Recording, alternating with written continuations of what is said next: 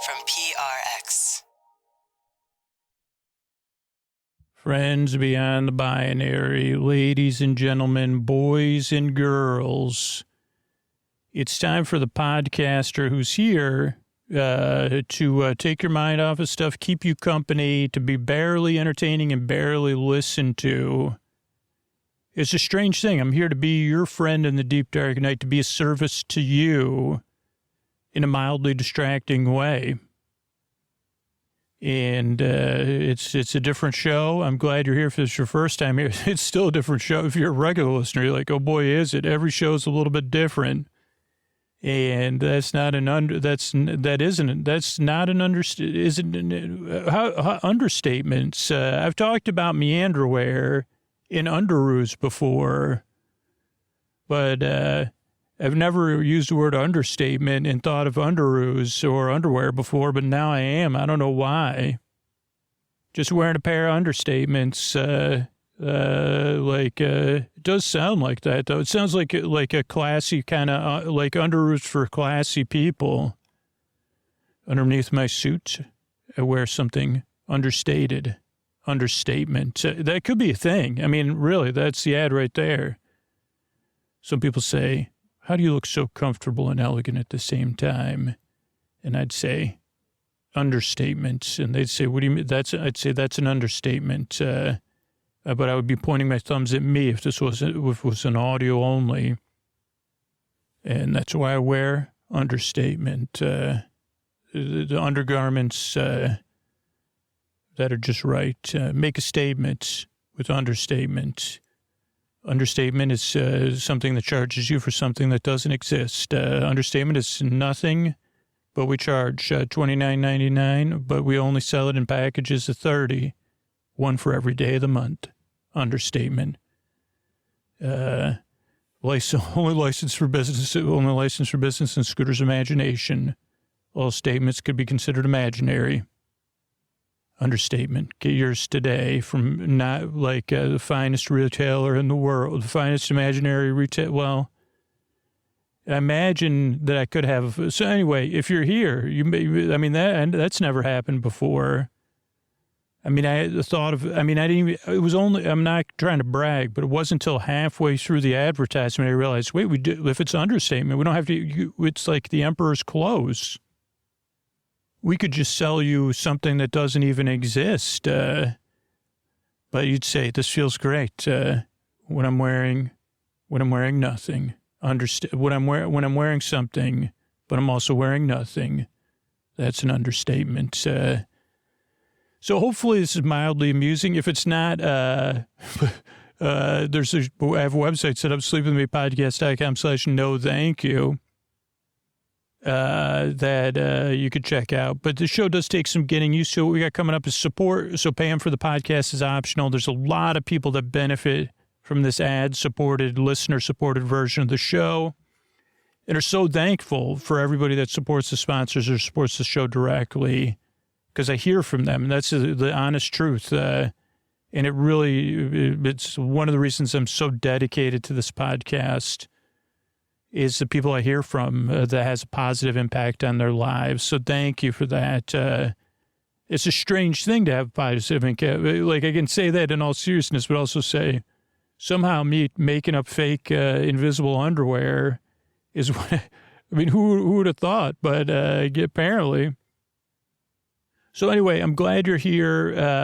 What we got coming up is support, then a long meandering intro that eases you into bedtime. And then a bedtime story. Yeah, it's all coming up. So I'm glad you're here. And here's a couple of ways we're able to do this for you. If you prefer ad-supported or ad-free version of the show, support the show directly. Join all the people there.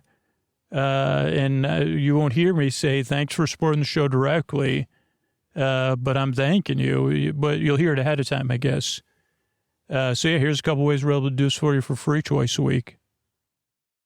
All right, everybody, it's Scoots here. This is part of the podcast where I talk about Sleep With Me Plus. And now, as many of you know, the podcast business has changed, and we really count on listener support to keep the show going. But right now, I'm just talking to one listener, and maybe that's you. Maybe you're nodding your head. Maybe you're leaning forward, but you're paying attention to what I'm saying. And if that's a yes, and then do you listen to Sleep With Me on a regular basis? Is that a yes? Does Sleep With Me make your life better? Does it put a smile on your face? And you feel like Sleep With Me makes your nights better so your days can be better. I want to ask you if you could support the show. Like, would you give up something disposable or some small luxury or some other streaming service that you don't use as much to support something that means something to you? So if you're still listening to me and you're hearing me, and if you're in a position where you could support, I'd love for you to join Sleep With Me Plus. And so it's a question of getting a hold of that one person, like, that is listening. That's been the biggest thing I didn't realize until this month is like, oh, most people understandably just aren't listening to me and hearing me. They believe all the other stuff, but maybe they're not going to hear this message. So I need the person that's hearing me that believes in the show to support it. So if that's you, don't wait. Go to sleepwithmepodcast.com/plus. Because when you sign up to support the show, you're saying, yes, I was listening, Scoots. I heard you. And this podcast is important to me. And I want it to be around for me and everybody else that listens. You're that one person who wants to make a difference. Please sign up for Sleep With Me Plus right now. You already value the show. It's already changed your life.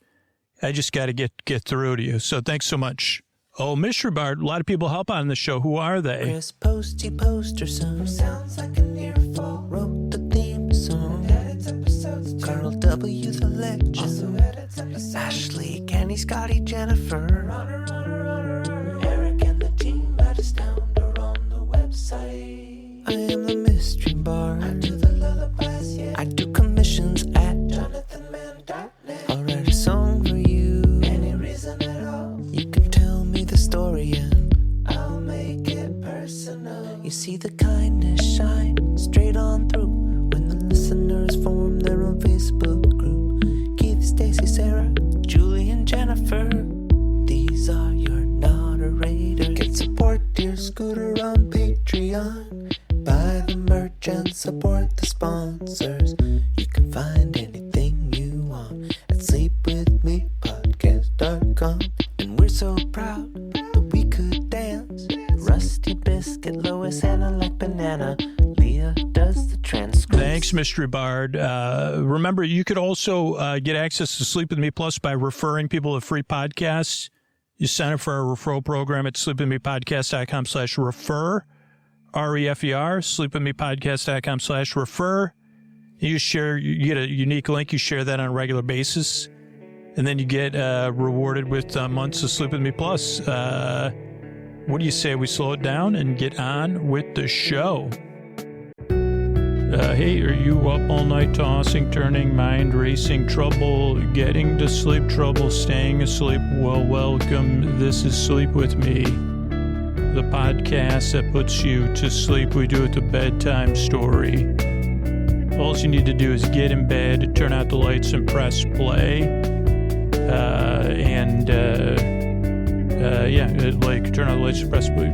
I got mixed up. All you do is get in bed, turn out the lights, and press play. I'll do the rest. What I'm going to attempt to do is create a safe place where you could set aside whatever's keeping you awake. It could be thoughts, things on your mind, thoughts about the past, the present, the future. So we need thinking thoughts, like on your mind that are where you're thinking about stuff, or your thoughts are thinking about stuff, but not gently reminding you, oh boy, we got to think about this. Have you ever thought, sometimes it's innocent like that. Have you ever thought about, adult underoos? What's adult underoos? Well, now they have it kind of. It's just licensed products on. But when Scooter was a kid, that was an aspirational thing to have those. Well, can you give me an example? Yeah, like Mighty Mouse was popular, and it was kind of like your lunch. You had that's how you made a statement. I guess those ones are just a statement to yourself, like I love Mighty Mouse, or I want to be Mighty Mouse, or I want to be close to Mighty Mouse. And then you had your lunchbox, which was so you had it under your clothes or more of like pajamas, I always imagined them to be. And then you had a lunchbox. Not just as inside, I don't know, I probably had some Mighty Mouse stuff. I did not spend a lot of time thinking about Mighty Mouse other than Andy Kaufman doing that and seeing it on the show. So I don't know why that popped in my head, but whatever. So thoughts, could be thoughts, could be feelings, anything up for you emotionally related to those thoughts or from the earlier in the day, feelings of anticipation or DREAD. It could be that you could be going through something, getting over something, physical sensations, changes in time, temperature, routine, travel, work schedule, whatever it is that keeps you awake. The only reason I list some of that stuff is so that you know you're not alone, that we share something here. And it's not the same thing. It's like we share, I don't know, like I asked my brain to come up with something while I was talking, and it said thematic sentence. I said, what exactly do we share? While I'm talking, could you come up with that? My brain goes, thematic sentence. And I said, well, no, that's where it almost was like insert thematic sentence here, like it was some sort of essay. Because it said, well, what exactly do we share? Because it's a little bit beyond words. And it is something like, I guess in some sense my brain was right. It is like a thematic sentence that could be inserted here if it existed. But it's like all of us struggle in different ways to get sleep. I list some of them. But underlying that for a lot of us is a feeling. And it probably isn't just one feeling. It's probably a lot of different feelings. But it's the kind of feelings that other people in our life can't exactly relate to. Maybe some of them can, or they can validate them.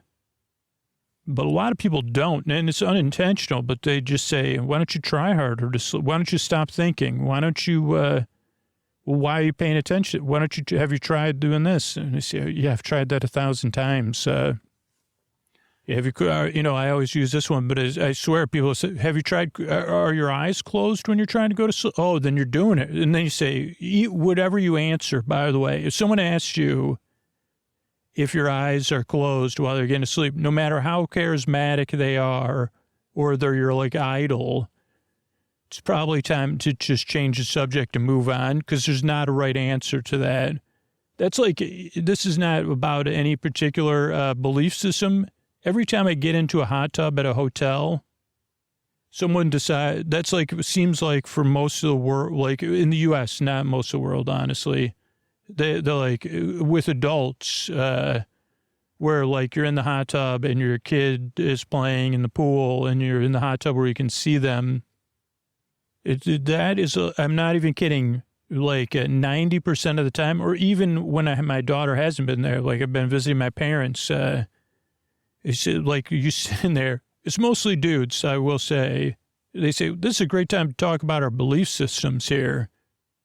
And I said, what about, I guess because you're relaxed, you think I'm open to your, anyway, that was a little bit of a tangent, but if it just reminds me of that style thing of like, if you were in a hot tub instead of talking about belief systems and you said, it's the same person you would encounter, a personality type, and you say, I can't sleep. And they say, well, are your eyes closed when you're trying to sleep? If they say that, I'm just telling you, because any reasonable person would either laugh or say, yes, probably. Maybe you wouldn't. But no matter what you say to that person, they're going to correct you. They're going to say, well, then you're doing it wrong. If you say your eyes are open or closed, I'm just trust me on that one.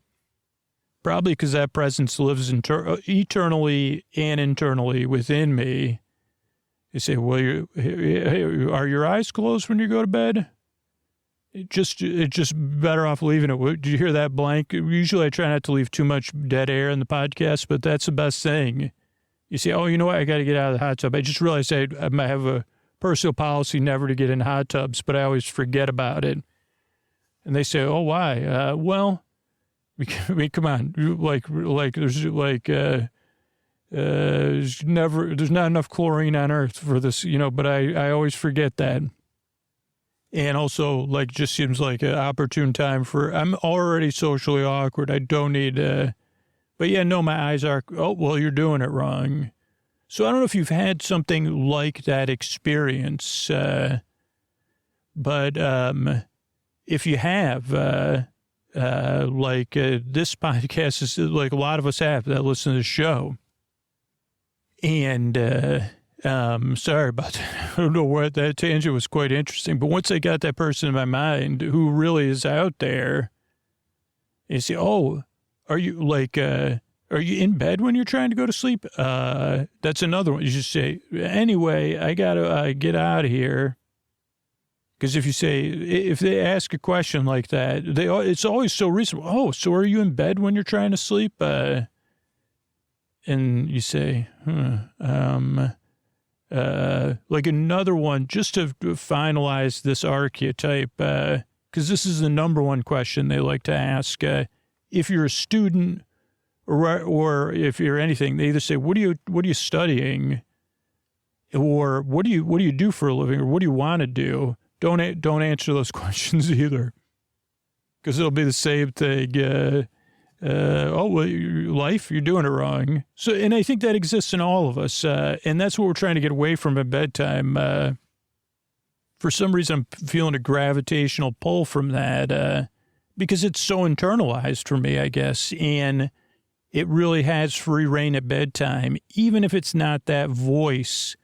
It's the essence of that voice. That's kind of the thesis statement or whatever is, and that's not the only one at bedtime. Those aren't the only feelings at bedtime for me because of whatever the flavor of me not being able to get the sleep I need is, and whatever it is for you.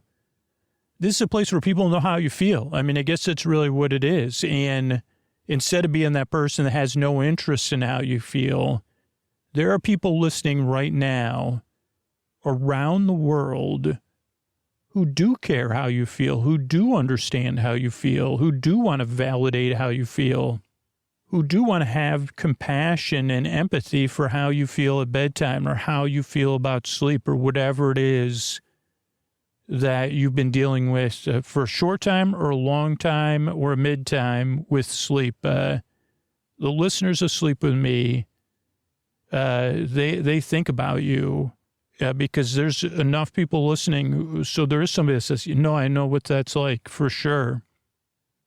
I mean, I'm sure people outside of the U.S., maybe it's like, no. What's that? One, what's a hot tub? Two, why does it need so much chlorine? You say, never mind. Just people just staying hydrated during the day. That's the only reason I was thinking of. I'm so hydrated, I got to get in the hot tub. And you say, please don't. Please just, so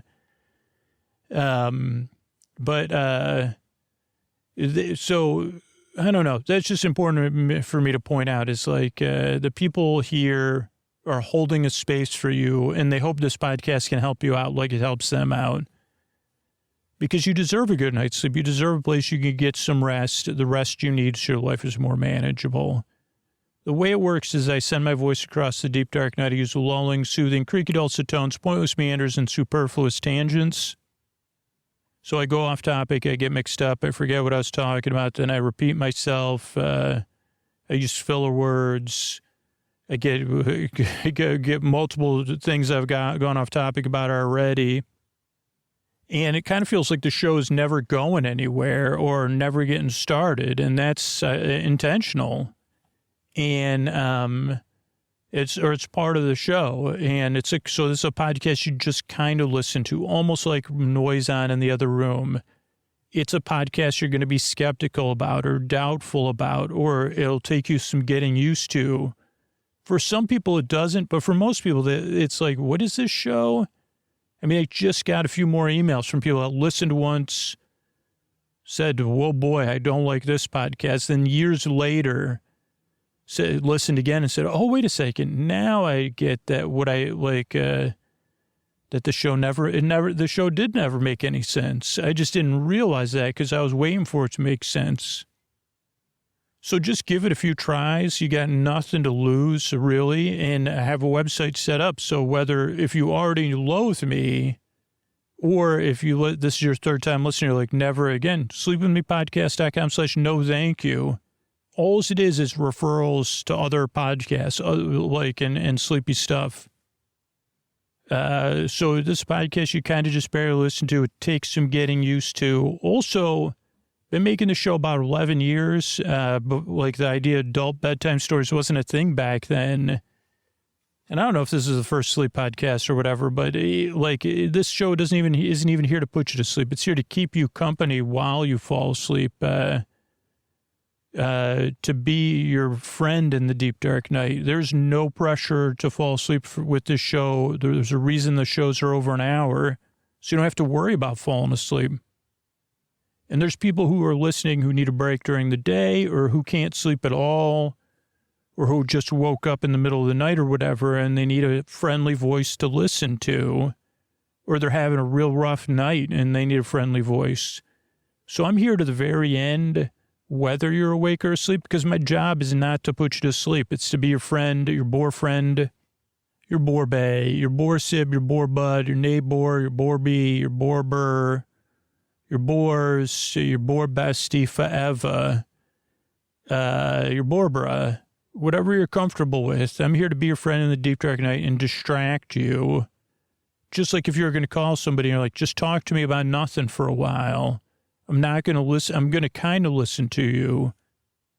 So don't dial. I need you to actually be barely engaging. Don't dial it in. Don't be cloying. Don't talk down to me, but just barely entertain me. That's that's what I love, the puzzle I love creating with this show. How do I do that? Some of the stuff comes naturally. Be barely funny. Got that one? Got down. Filler words, those come, some of the things come natural to me, but the other things are puzzles that I love figuring out. And I love it because I know how it feels. I've been there. And I want to help you because I know what it's like. And I know what it's like to deal with that dude who says you're doing it wrong. Whether it's the dude inside me, not the dude from the movie, like not Lebowski. I don't think Lebowski would say, yeah, man, that stinks. But some other dude, who would say you're doing it wrong. So that's some of the stuff about the show. The only other thing I got to explain, because it gets some people really upset, and I explain it so I can try to help you ahead of time, is the structure of the show. We structure the show in a specific way, and it is adjustable. But if you're new or you like this version of the show, this is the particular version of the show most people listen to. But if you decide that you say, I kind of like the show, but I prefer something different, I'll explain it, okay? So the show starts off with the greeting. Friends beyond the binary, ladies and gentlemen, boys and girls.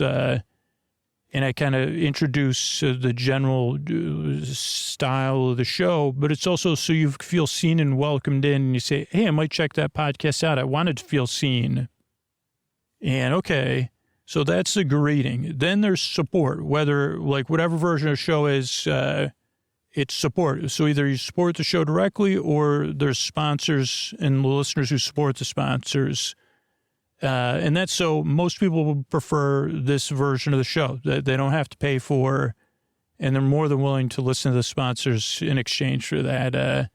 And they like to listen linearly. After the support, which we're into now, is a show within a show. It's an intro, and it's about 15 or 20 minutes long, has nothing to do with the support. And that's meant to ease you into bedtime. It's where I unsuccessfully explain what the podcast is.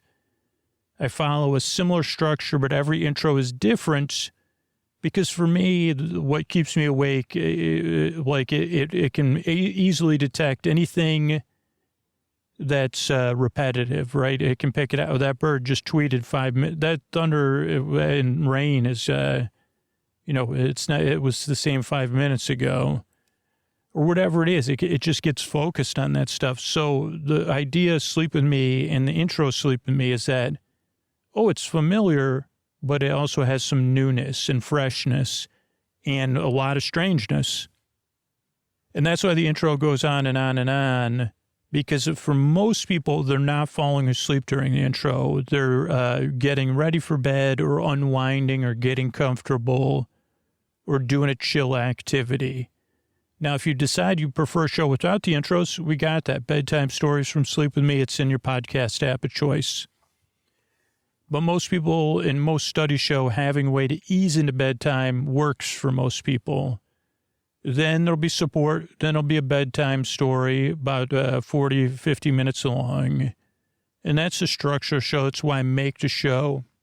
I really appreciate you checking the podcast out. I'm really glad you're here. I work really hard, so do a team of people, to make this show consistently here for you, to help you fall asleep or to make it, more comfortable in the deep dark night. We love making the show, and we appreciate everybody that makes it possible. And here's a couple ways we're able to do it for you for free twice a week. Sleep With Me podcast is brought to you by Progressive Insurance. Fiscally responsible, financial geniuses, monetary magicians. These are the things people say about drivers who switch their car insurance to Progressive and save hundreds. Visit Progressive.com to see if you could save. Progressive Casualty Insurance Company and Affiliates. Potential savings will vary. Not available in all states or situations. All right, this is Scoots. This is my daughter and I. Yearly annual trek. I don't know if Ray has done these episodes in the past. I guess I'm going to do this one, though. I know I've done this. I think it's a live show, maybe in 2024, 2023, 2022, 2021. And this kind of became a thing, a shared experience my daughter and I, and of course Ray, like to have, where we go to immersive autumnal experiences at theme parks. And the first year we did it, we just went to the immersive experience at Knott's Autumnal Experience Farm. I don't know what they called it the first year we went. So that would have been 2021. Then in 2022, we actually went to Orlando, to Universal Orlando, to do their experience. And then last year we did it we did again, not locally. We drove down to the greater Los Angeles region, as I like to say, about Antonio, for our first time experiencing the one at Universal Hollywood, and then returning to Knott's as well. And so I'd like to run through things. We also got to tour UCLA. Don't know, I don't know, that just sticks out to me as we drove down after school, got in pretty late, and then the next day we slept in, went to UCLA, then we went to Universal Hollywood. And I got to tell you, I mean, not... as far as you wouldn't think this, but the one at Universal Hollywood was like a better, as far as like what I paid for, was a better experience. And there was a lot of positives. This year we're going to flip-flop again, ideally, and try to go to Orlando. But I mean, it'll be Forlorn City, because this is my daughter will be a senior in high school. So I don't know if, what'll happen, if this tradition will continue or not. So I'm going through those stages of a parenthood, but, still off. We're still planning this year. But yeah, so last year we went to both, and we went on consecutive nights, and it took some planning. And, yeah, because I think we went on a Saturday night and a Sunday night. We drove down after school on Friday. That makes sense. So, I'll run through some of the autumnal experiences. I think I'm going to do it out of order only because I'm trying to like do the immersive way where I picture ourselves there. And like knots is coming to mind easier. So, here's the things I remember about knots. We did the buffet again, the buffet they call it. And this year we timed it a little bit better because the year before, the other time we did it, I picked the earliest time, but that left us with an hour after we finished the buffet before the festivities started. So that did not work. Though I think there's some sort of entry, but whatever. So,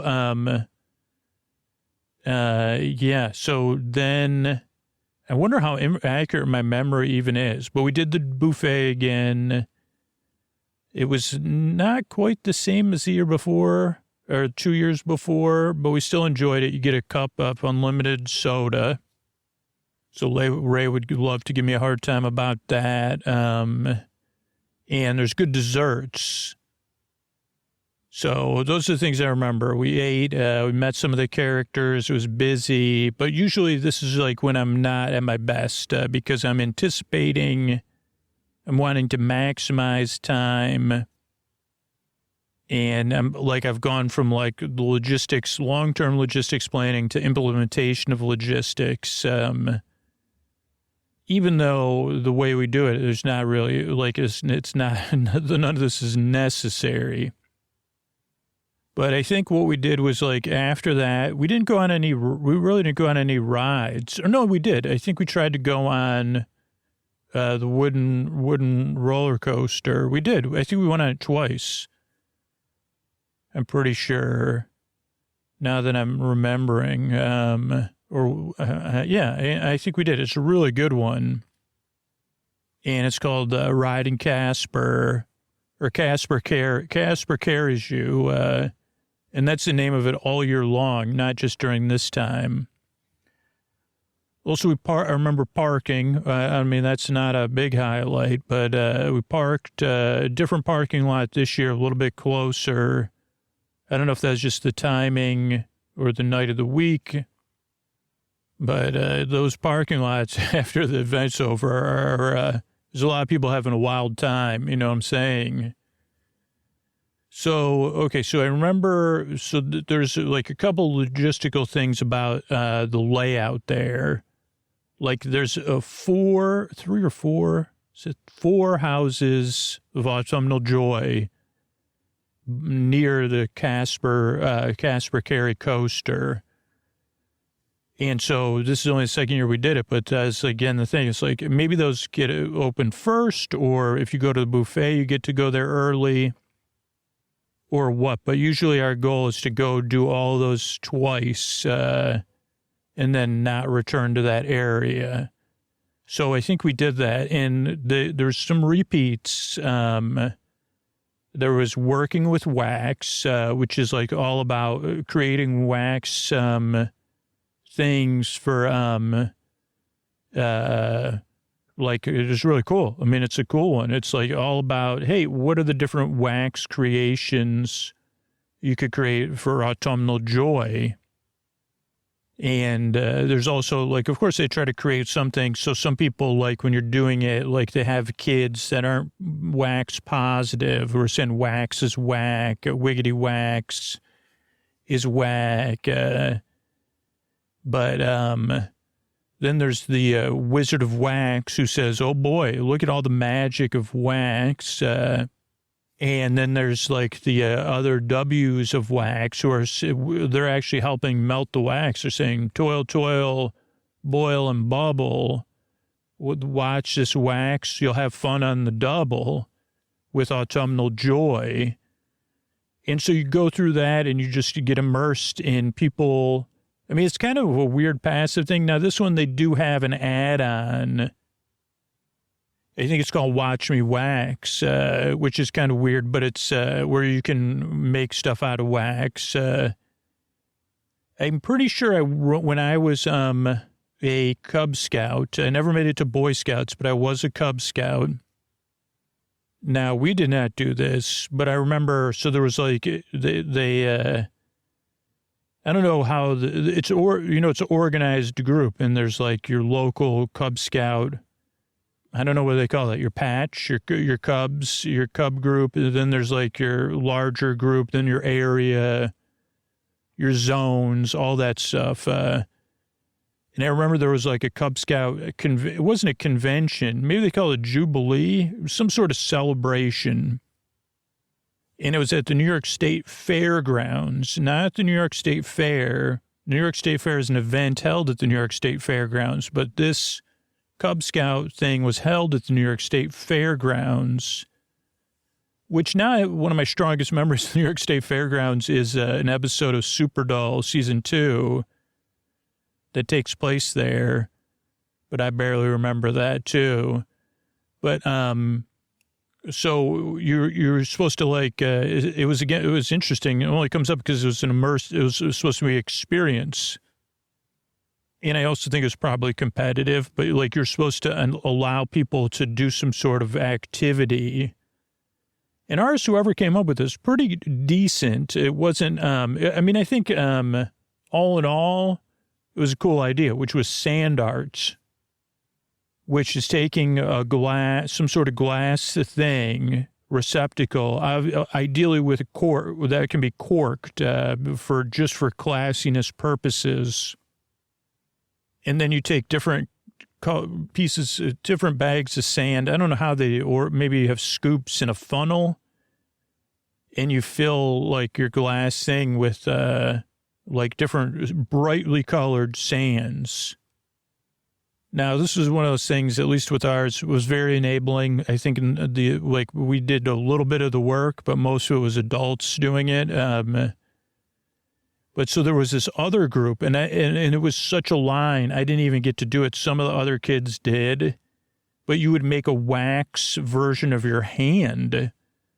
I don't even know how they did it because I couldn't even get a view of it.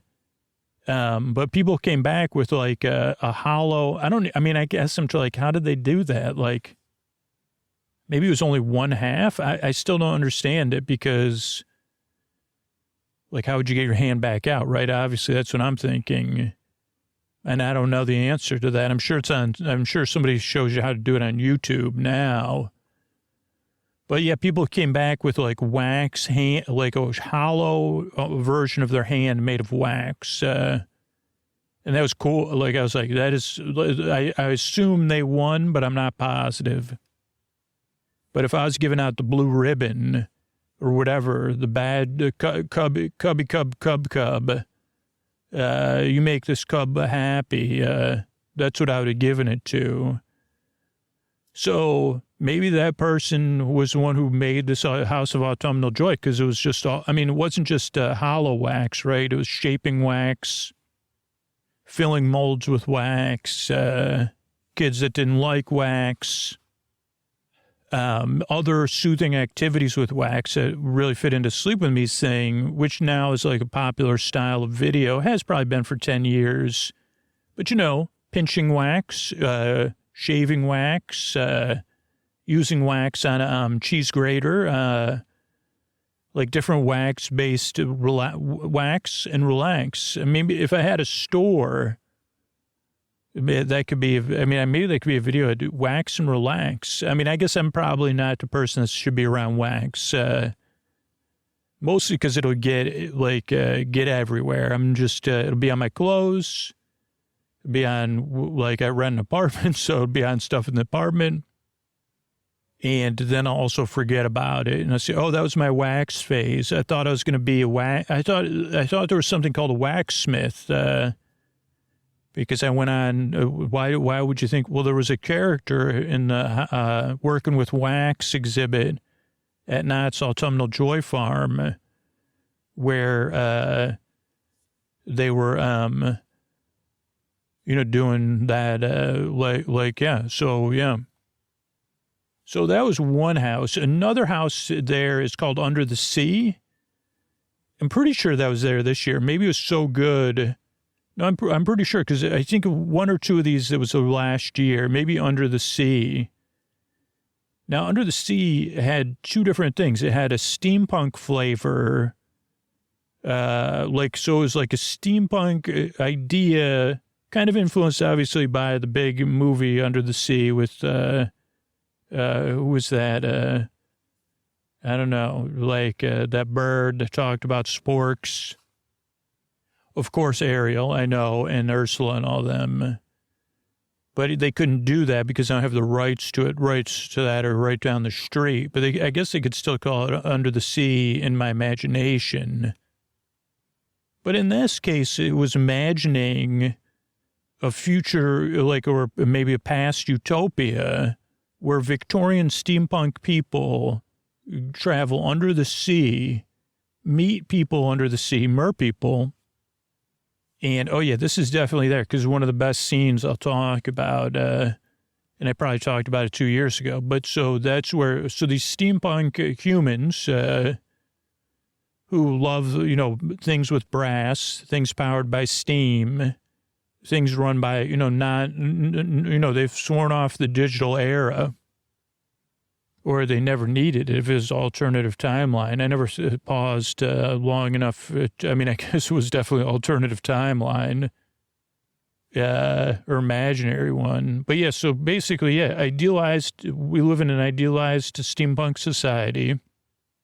And, they live by mottos. Steampunks bring joy to blank. That's their mission statement of their society. Not their own lone mission statement, because I know you can't have joy all the time.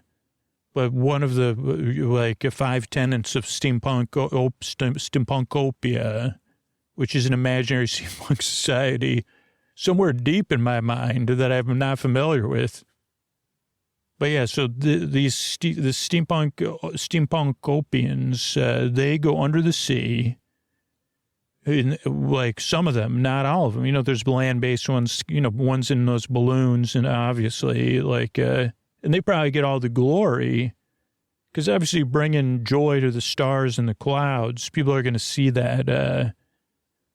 But, somewhere, some fans of Steve Zissou and Jules Verne and everybody else said to say, what about, our planet? It's whatever they say, our bodies and our planet are 88% water.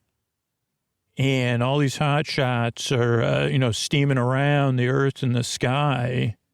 And yeah, obviously there's joy in being in, the surface of the water. But I didn't join a steampunk utopia just to be, on the surface of the water. I want to be under the sea. And so that group, and again, this is played out very subtly, I guess even in the queue, you really got to pay attention or, maybe even create your own narrative. But so they decide to go under the sea. I think there was also something where they, there was areas that were dry under the sea because I can remember it's not all supposed to be wet. Just remembering going through this House of Autumnal Joy. But yeah, so they basically are let's get under the sea. Let's bring joy under the sea. General joy, right? But this particular house is focused on a particular moment in the time of the steampunk, undersea steampunk utopians. The autumnal time, brilliant way of storytelling because it's I guess in some sense, they get to show this general story of steampunk utopians going under the sea to bring joy. So they get to tell that story through autumnal joy because, and I don't know if it's their first meeting, it just happened to be in the autumn.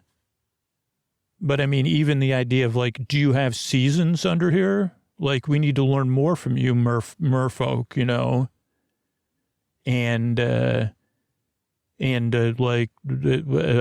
they said, do you have something do you have any gourds under the sea? And that's even, comedic because in early parts of the house, it was gourd. And then somebody knocking on a gourd, then a mer person knocking on it. Then realizing, it sounds different when you knock on a gourd under the sea Then when you do in like then they say, can a mer person come in a submersible? Or, oh yeah, we could use these under the sea dry areas. Can you go there? And I'll show you what it's like to knock on a gourd when you're not underwater. But I can tell you that gourds do great. Even, I don't know if, like factually, if there's gourds under the sea or not, but there's multiple displays of like mer people encountering gourds for the first time because the gourds are like have each gourd's unique, right? We were taught that as children. That's one of the most important life lessons. Each gourd is unique. I mean, I didn't pay attention when they said this is like whatever. Is a zucchini a gourd? No idea. I don't know. It reminds me of a gourd. And obviously, if you listen to this podcast, like I appreciate gourds for their beauty, but I'm not a consumer. I'm not a big gourd consumer. Also, like, what about fruits that are like gourds? Are they gourds? Yeah, like a watermelon, cantaloupe, and a honeydew. But not to get too far afield, because these mer people were playing with gourds. Pumpkins, we'll just use pumpkins because that's the main autumnal gourd. But it's not really. Like when you get into the full autumn season, cornucopia's got a cornucopia of gourds. But yeah, just picture the joy of mer people playing with gourds. Now, the way they did this was really brilliant. And a brilliant piece of special effects. One of my favorite ones, maybe my number one favorite effect of any autumnal joy houses, because I love lasers and I love fog effects, and I know those aren't for everybody, but the way they did this, man, it was cool. So they had a room, and they had like a laser at about, abdomen high. And they had fog effects coming from the floor so that they hit the laser and the laser was green. And it made it seem like that there was a shimmering surface, and it also created a reflection so you couldn't see. So it was like you were in smoky water. And I don't know how they did that with the combination of lighting, lasers, and fog effects, but it was cool. And then obviously there was atmospheric sounds and, set pieces and everything like that. But then because of the fog effects and the lasers, there was also moving gourds. Now I'd assume they were on some sort of like fishing, like what do they call that? Translucent lines. Or I don't know, but it looked like gourds were going up and down. And then out of the depths of the foggy smoke, you'd see joyous jumps of mer people going after the gourds. And the joy on their faces, but also the surprise, because you'd say, holy cow, there's another happy mer person chasing a gourd. And then they even had a couple people like this. Sometimes at Knott's and at Universal, they have, what do you call it, like aerial performers. And so then the aerial performers would come down, and you don't even realize it, but you see, wait a second, are they doing the similar fog effect from the top? So that was just a big takeaway from there.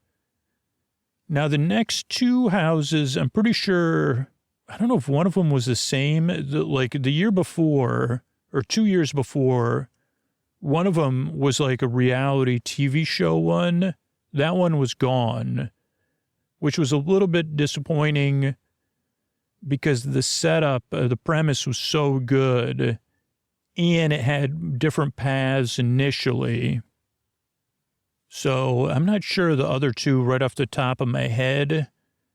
But so I'm going to try to go through the other ones we saw there, and then I'll try to look up what else was there. But so I think one of the houses back there was a subtle take on a famous, which is a house at Universal, based on odder things. at Universal, but in this one, it was like, it was called, it was based on a book. I think I can say the name of the book because I didn't know it, but it's called Grimoire. Grimoire. It's a famous book. And so in this one, they cast very similar, it was made to kind of seem like that. It was, so as kids that you could say, are those kids from Outer Things, or they just were somewhat similar? And they read this book, which is all about autumn and all about like really cool stuff about autumn, autumnal history. And these kids go camping and they read it about like around the campfire to each other. And a really cool way to, again, storytell is that then you slowly go that the kid, like you enter each kid's tent, even though you're going into different rooms. So again, the casting that you could see the performers, but then they would loop back or they have someone similar. And then you'd see them later on, and and then they'd be dreaming of like whatever it was, papal pecado. Like one kid dreamed of papal pecado. So then you enter a stage of this House of Autumnal Joy that's all papal pecado. Like, so performers, so if you're dreaming of papal pecado, which is cut paper, what is that called? Similar to tissue paper. You've probably seen it before, or now it's even used in advertisements and stuff.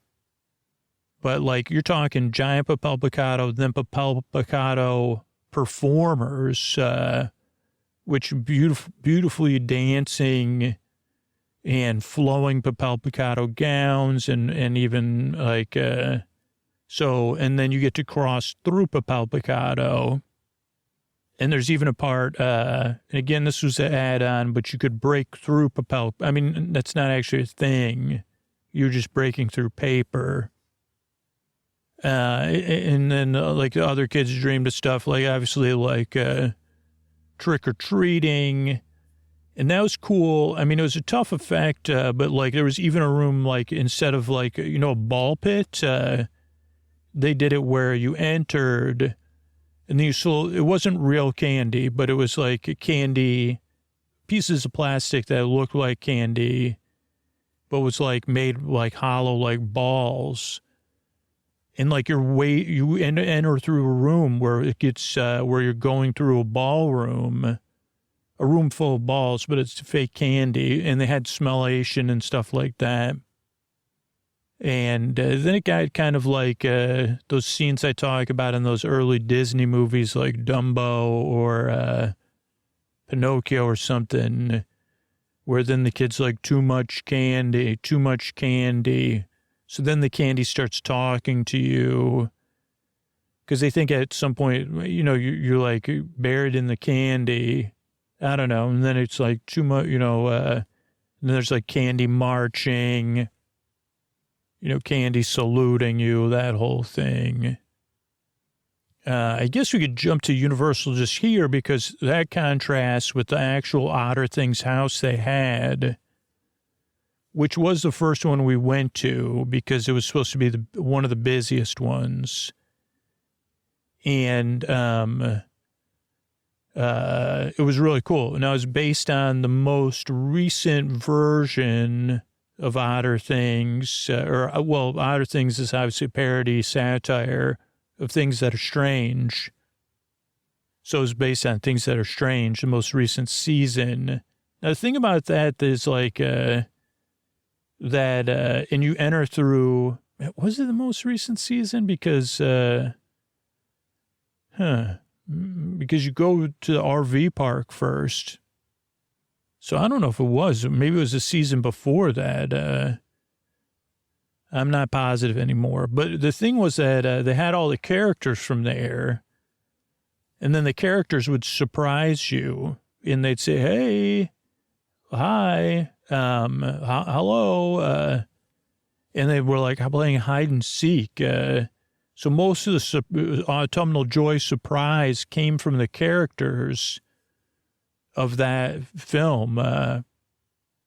So it was really good, though. Really well done. Amazing sets, as Universal has in effects and stuff like that. Then also the great Craig Mazin, we love Craig Mazin, who's been in our hearts since Script Notes and even before, when he was with the Zookers, when he was like, Craig Mazin, how we love him. Like, man, I mean, Craig and John have had a huge positive impact on Sleep With Me. So we got to go to a House of Autumnal Joy. Now, it was mostly influenced by the game because the show had just like I'm pretty sure it was based on the IP from the game. Just the Two of Us. That game, it's called Just the Two of Us, and it's a game about searching for truffles. In a world without truffle, I don't think that guy does the trailers anymore. But in a world without truffles, where we thought truffles were gone forever, and all spore-based beings, like two heroes, just the two of us, must go and find them. So it's a story of a mentor and a mentee. This is the show, just the two of us. But it's based on a video game that unfortunately I hadn't had a chance to play because when it was popular, I was like, nope, I don't have the ability to regulate my gameplay. So I can't play that game because I wouldn't stop. But so this one is real now. So I guess going into it, you had to know, I mean, it's not there anymore, but you had to know that you were pretending to be, you were supposed to be in the game. One of the main characters of the game looking for truffles, or what are those called? Mushrooms? Not spore-based. I mean, there are spore-based beings, and I don't know why. Like my mushrooms, I don't know what they're called anymore. My brain's just not mycelium or something. Now, obviously, when you get into spores and mushrooms and truffles, there's a lot of openness for that storytelling. That's why Craig's show is so great, just the two of us, because there's so much you can do with that. And in this version, I don't know how much they took from the show or how much they knew about the show, and probably in the video game, there's just a lot of different pathways you could take because obviously in a world with you're saying that in the trailer, even though it's not 100% accurate. In a world without mushrooms, in a world without truffles, mentor and mentee will have to find their way, like to save the spore-based beings. I don't know, but it doesn't mean that there's none. It's just like a trailer. So there are mushrooms, we'll just say, and if there's a limit of if mushrooms are hard to find, if they're rare. It makes them like a commodity at a high price, right? So there's going to be competitive. It's a seller's market. So, not everybody's going to have the spore's best interest at heart, especially a mentor and a mentee that are looking to forage and, for the love of foraging and consume, not for, you know what I'm saying? This is a bespoke, maybe the spores in this world were saying, keep us bespoke, no more mass market spores. If you want to take the time to forage or grow them on your own, go for it. Otherwise, we're going to withdraw from the world. And, we don't need you reaching out unless you're reaching out with great effort by foraging. But when you're foraging, and Nicolas Cage was in a movie about this too. So there's people that are going to say, oh, you've got some spores? I'm going to borrow them from you without compensation. So I guess that's kind of the video game. I mean, we'll talk about it, an exciting game, foraging for spores. Spoiler, meeting spore-based beings of high intelligence, going against other, like, maybe it was called, maybe there was a version of the game called Spore Hunter. Or maybe that was a different game. But, so, I mean, it's exciting because, again, like these open world games, if you just want to, like, forage or you want to cultivate, you could do that, right? Or if you wanted to open up a spore marketplace, a fair, you know, or if you don't want to be fair. So a house with a lot of direction. I mean, and what does that have to do with autumnal joy?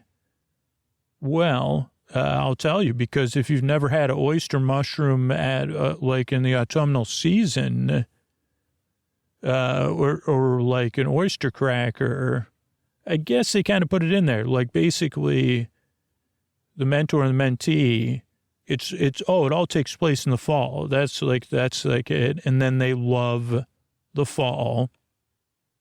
Created great opportunity for sets to have a lot of leaves. And even if you're just into foraging, you can't help but leaf peep, right? I mean, that's like a famous line from the show Craig made. I think that was episode 5. You can't help but leaf peep. I mean, everybody said that was the greatest imaginary title. And I mean, the way he paid it off, like, was so unexpected. But, so yeah, if you're foraging, almost feels like a musical, like, but, you can't help but leaf peep, can't help but enjoy the sounds of the forest. Even if you're, you know, trying to compete with other people that unfair foragers. I mean, I guess that's what I would call them. Forage fiends, frustration while you're foraging, all, you know, a lot of different F's you could say. So just a fun house to be in. And of course, anything close to Script Notes is close to our heart here. Very popular game and a very popular show. So it's a very popular house. I'm trying to think of the other houses. There was a lot of good ones. So the main thing, I don't know, we didn't do just the two of us right away. What we did, or maybe we did do that second. But I think when you leave things that are strange, there was like it was like a back door, which left us in an area where there was like 1 or 2 houses we could do. I'm pretty sure one of them was carnival themed. And so it was like, oh boy, this is not going to be, I mean, I thought it was cool, but also like, I said, I don't need to see how, people with big shoes and red noses with face paint celebrate the autumnal season. It's just not my thing, but it is my thing, kind of. I mean, I go to these events of immersive autumnal joy to, you know, to get to be surprised and go outside my comfort zone. So I did enjoy it, but I can't remember exactly. Was there like a Middle Ages themed one? Okay, I had to pull up the one. There was holidays. It wasn't. I don't know why I associated with carnivals. Frozen holidays. So it was new. Oh, yeah, okay. Now I remember Baby New Year's. From New Year's to Thanksgiving. This is your favorite. How your favorite holidays with the Z celebrate the autumnal season. Have your holiday joy with a side of holiday joy. So, okay, now I don't know why I thought that was carnival related, but what it isn't. Like, so this one, it was I guess it's pretty straightforward. How does Santa Claus celebrate the autumnal season? How does Baby New Year celebrate? How does Tom the Turkey or imaginary Thanksgiving-based things celebrate it? Okay, so there was a bunch of other ones based on movies as well.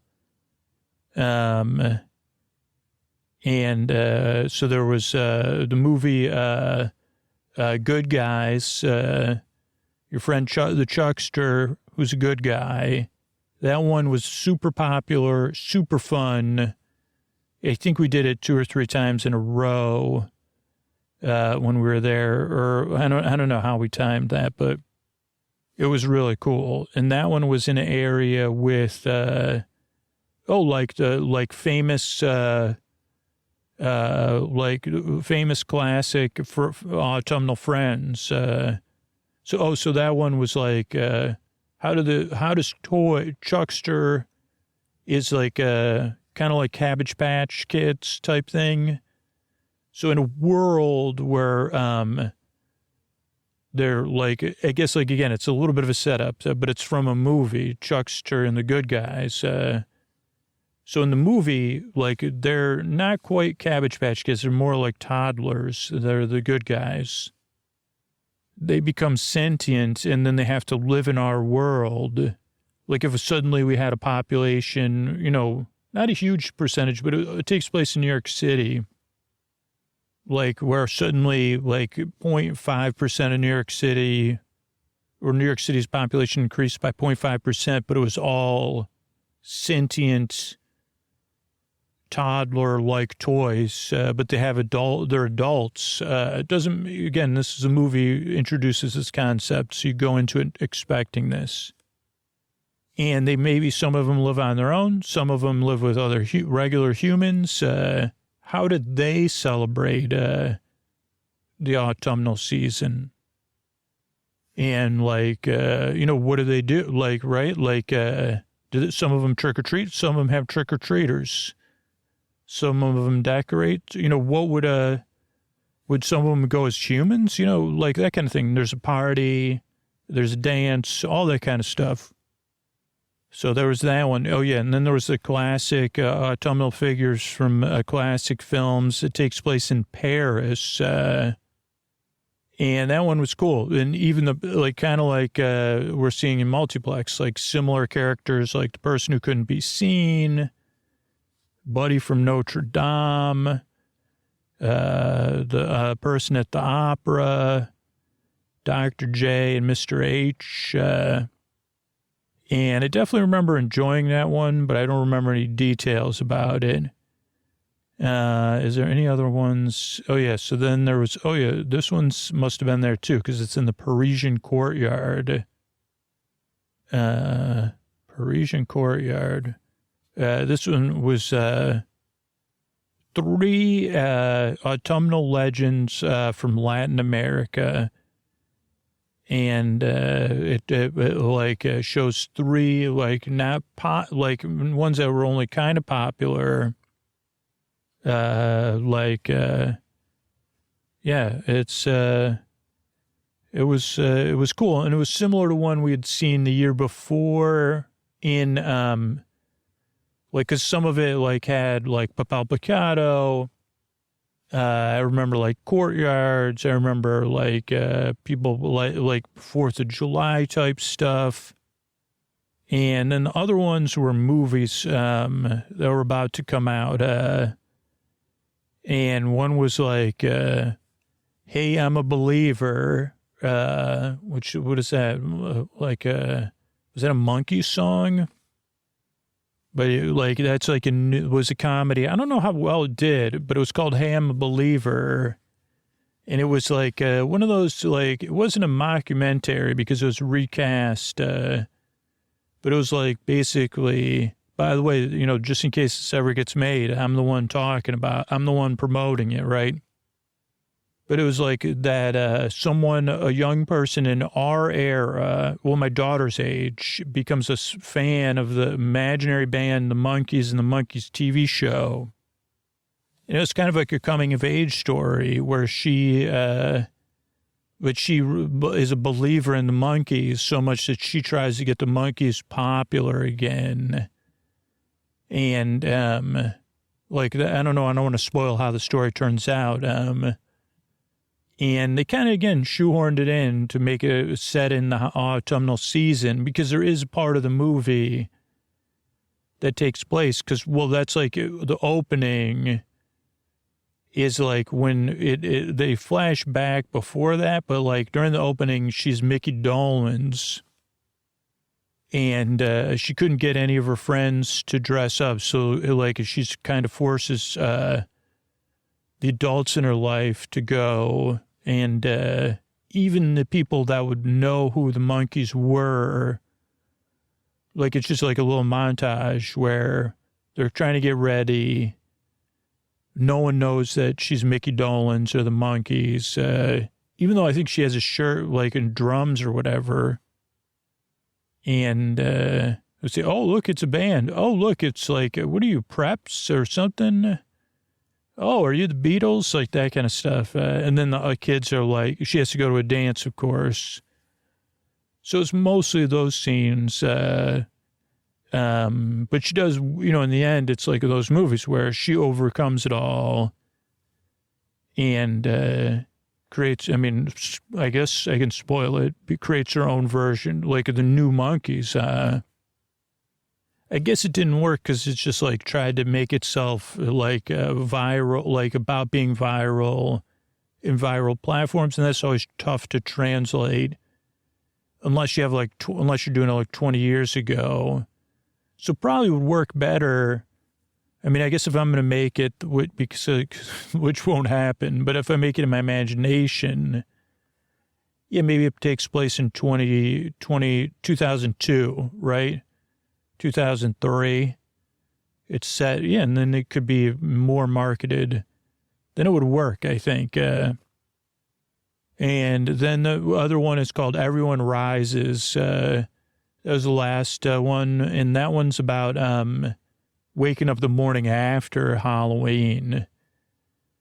And it actually like has some practical things you could do, but most of it's just like, I don't know. It's based on there was a movie called Everybody Rises, like it was about people's morning routines. And I think again it was like another like movie where I didn't see it, but like a Groundhog's Day, but with a morning routine, trying to glorify morning routines. That if you were just had like everything else is different, but your morning routine, and at some point the main character becomes aware that their morning routine affects the outcome of everything. But I think the cool thing was, or the way they did it was like not just like at first, like it's like a global story hidden in a interpersonal story. So it's like kind of funny, I guess. I don't know why I was poo-pooing it, but it's a decent idea. Like, so they're, Groundhog's Day type movies are like, oh, I have to repeat the same day over and over again. But if I change how I behave, it changes the outcome of my day. But I also can't quite get out of this loop. And how would I live my life if I'm stuck in a loop? Would I live a good life or a selfish life? This one, what happens is at first, like they don't even realize it. And it has some small impact, but they slowly realize that the new, like everything happening on the planet Earth is affected by their morning routine. I guess, yeah. I don't know. It's not that bad of a story. And so they have to decide what are they going to do, like it's like a superpower. And, obviously there's sometimes some versions they use it for selfishness and some versions they use it for whatever. But the day they keep repeating the morning routine on is the day after Halloween. So that's why I was there. And then the last one, I guess I'll try to run through the Knott's one. The only other one there was like they have the Hollywood tram tour. That one was a little bit funny because it was like leftover. The theme was like leftover candy, and don't leave your candy out, and like learning why you don't leave candy. Like, because when I walk my dog on November 1st, sometimes there's candy on the ground, which I understand it's dark out and stuff like that. But this like shows like just, I don't know, kind of like a PSA type thing. Hey, don't leave your candy lying around. All right, let me see. Other things I remember about Knott's is that we went to the show, which is really good. Let's see what we got here. No, that doesn't have anything. Why is that? I'll try this. Okay, let's see here. So, no, that website didn't work. Okay, I'll try one more. It was really busy at Knott's. They had these lanterns that I wanted to get, but they were sold out. There was one theme. There's another one themed to flappers, which I remember. There's Under the Sea. There was one that was like all the highlights of all the highlights of the previous ones. That was cool. Yeah, we went to the show. That was really good. Or we went to two shows, man. We went to one dance show. Let's see. I don't see it listed on here. Mesmaro. That was a show about, like, that was a house about how Mesmaro, like, how magicians celebrate trick-or-treating. 1842. I don't remember that one. Oh, that one's like about day buddies. Oh, so that was like an adventurer type one. And working with wax. Oh, the Calico Museum. And that was like, how do they celebrate autumn in the Wild Wild West? And then, yeah, there was a one Among Us that was a repeat. So that's why I didn't remember. That one, like, it's like, how do you celebrate autumn on a space station? So, yeah, I think that's pretty much like some of the stuff about last year's Autumnal Joy that we got. It really was joyful, and I appreciate your ability to do it for fun. I mean, it's just like one of the things my daughter and I share. And keep your fingers crossed for me that in this year we'll share it. I mean, unless our plans change. But yeah, as she becomes an adult, will we share it or will I? Yeah, I don't know. But yeah, I guess like that will impact my autumnal joy. All right, good night, everybody. Everybody, this is Scoots. This is a Tuck You In message about Sleep With Me Plus. And this is a particularly important one. I'm here to tuck you in and maybe you need another episode of Sleep With Me. Maybe you're listening all night long. But I've recently realized, I mean, particularly these post-roll spots, that most people, I mean, particularly with Sleep With Me, the only reason to be hearing this is if you're an all-night listener or the show's not like you needed more than one episode or you break stuff up. But the point is, if you're hearing me, I guess in some sense, I wish the podcast worked even better for you. But really, the secret of the podcast is I'm not here to put you to sleep. I'm here to be your bore friend and keep you company. And, we usually run spots for Sleep With Me Plus at the beginning of the show and then in spots at the end of the show and in the middle of the show where we wouldn't have a Tuck You In sponsor. We don't have a sponsor in the middle of the show. And, we've been narrowing down who I'm trying to get the message to about supporting the podcast, right? Because it used to be like kind of like a checklist, or I thought we had it checked all the way in. Do you listen to Sleep With Me on a regular basis? Is it positively impacted your life? Are you in a position where you could afford to support the show? And would you feel good about supporting the show? I mean, do you want the bonus content, but do you feel like you're a part of something? And do you have positive feelings associated with Sleep With Me? And it was always that thing of like, okay, if it's yes, yes, and yes, then those are the people I need to get the message to. But I didn't realize until we switched other stuff up in order to keep the show sustainable that most people aren't actually hearing or listening to me either. So even the people that those are all yes, yes, yes, yes, yes. I've heard from recently people that were like, man, if you needed my support, Scoots, you should have let me know. And I was like, okay, well, okay.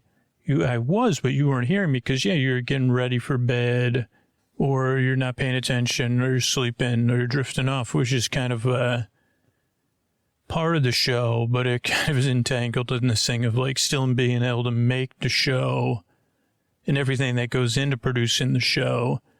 And a lot of people like, and that's totally fine. If you don't want to think about this stuff, or it's not important to you, or you're not really normally paying attention, what it really comes down to is me getting that message to the one person who is paying attention and listening and hearing me, and all those other things are yes. Like, so that's who I'm trying to get the message to. And I don't know if that's you. Like, are you the one that nodded yes to all those questions? And you're like, yeah, this podcast has positively impacted my life. Yeah, I listen to it on a regular basis. Yeah, it makes me feel good. Yes, it makes me feel less alone. Yes, it works when most other stuff hasn't. Yeah, I love Sleep With Me. I love how it makes me feel. Yeah, I can afford to support the show. And yeah, I'm going to do it right now and go to sleepwithmepodcast.com/plus. Yeah, tonight's it didn't work, or tonight I needed a few episodes, or I just happened across this message. But if it's all yes, I need you to say yes too with your actions, right? And that's what keeps the show going, particularly right now. Really, I'm in need of you, and really focusing on you that said yes to everything. And you're like, me? And I'm like, yeah, you, yeah, really. If you believe all those things to be true, can you support the show at Sleep With Me Plus? You'll get access to an amazing platform built on how you listen, tons of bonus content, tons of amazing stuff. But I've learned over the years that's not why people support the show. They support the show because they said yes, yes, yes, yes, yes. Yes, this show means something to me. Yeah, I know how it impacts my life. It makes my life better. It makes my day better. Makes my night better. I know it makes other people's lives better too. And here's the other thing that's kind of cool is like you can support the show. You won't hear these sponsor spots because you'll get an ad-free feed. But you could rest easy not hearing those spots because you're paying for the peace of mind the podcast provides you. But what's interesting is like that peace of mind comes for like hundreds of other people, thousands of other downloads every single month that you support the show, so that those people don't have to listen either. Your actions are the one that make that possible. So if any of that's yes, go to sleepwithmepodcast.com/plus right now. And I realize I'm asking a lot. Sign up and then set up the bonus content tomorrow. Or you could send yourself a text or a reminder or put something on your floor so when you get out of bed tomorrow, you do it. And sign up at sleepwithmepodcast.com/plus. Thanks.